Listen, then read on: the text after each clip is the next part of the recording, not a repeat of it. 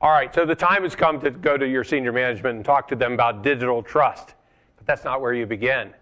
No, the goal is to get their interest. So talk about what does matter to senior management, creating or preserving the wealth of the company. When you begin there, we actually are setting the foundation for a great discussion about digital trust. Why? Because every creation of wealth requires an affirmative decision to trust.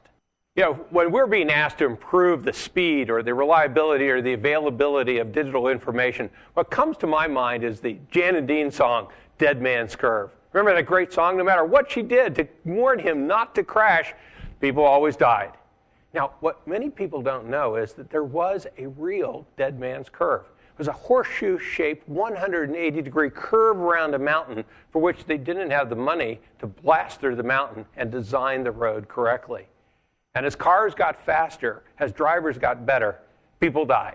They first put up stones along the perimeter of the horseshoe to keep people's wheels from going over the side. They didn't work. Then they put up wooden guardrails. They didn't work. People died. Then they put up steel guardrails. They didn't work. People died. And it's sort of like patching our information systems today so we can trust the information to satisfy all these different rules coming from Europe and Asia and standards bodies in the United States. No matter what we do to try to make the existing infrastructure work, it doesn't. The information gets broken, it gets stolen, we can't trust it in making our business decisions. You see, risk actually originates from two fundamental but similar places.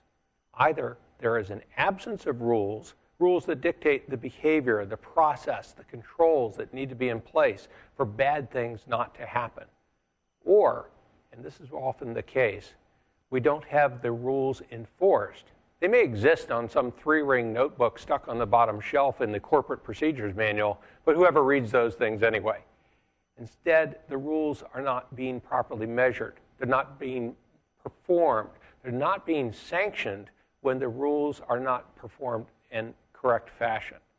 And so that's it. Risk comes from an absence of rules or the failure to enforce the rules.